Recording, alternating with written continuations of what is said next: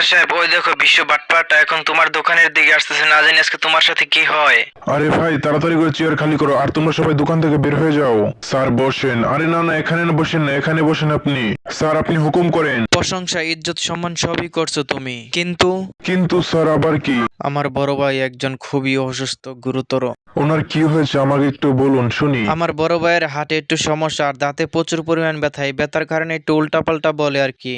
আচ্ছা, তাহলে আপনি আপনার বাইকে আমার কাছে পাঠিয়ে দিন। আচ্ছা, বাইকে পাঠিয়ে দেবো, তুমি ভালো করে চিকিৎসা করে দেও। উনি কিন্তু মাথার মাঝে একটু পেঁচ গেছে, একটু উল্টাপাল্টা বলে আর কি, তুমি কিছু মনে করো না। আচ্ছা ঠিক আছে, বাকিটা আমি সামলিয়ে নিব, কিন্তু আপনি লগে করে নিয়ে আসতেও তো পারতেন।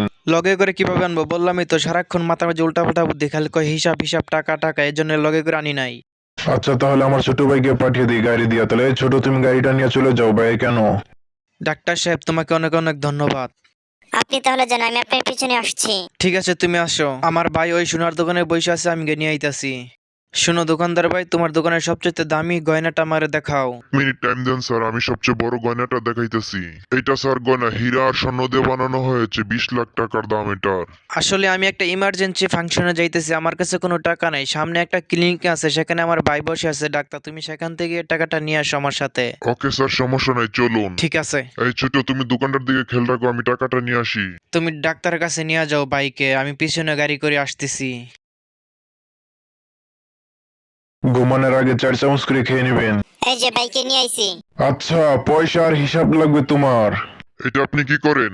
আপনার বলে হাড়ের সমস্যা? আরে আমার হাটের সমস্যা হবে কি? আমার হিসাব করে টাকা দিয়ে দিলে তো চলে। আরে আবার হিসাব আবার টাকা, তোমার ধরো তো দেখি। আরে ভাই, তোমরা কি করতেছো? আমার পয়সা দিয়ে দাও, আমি চলে যাব।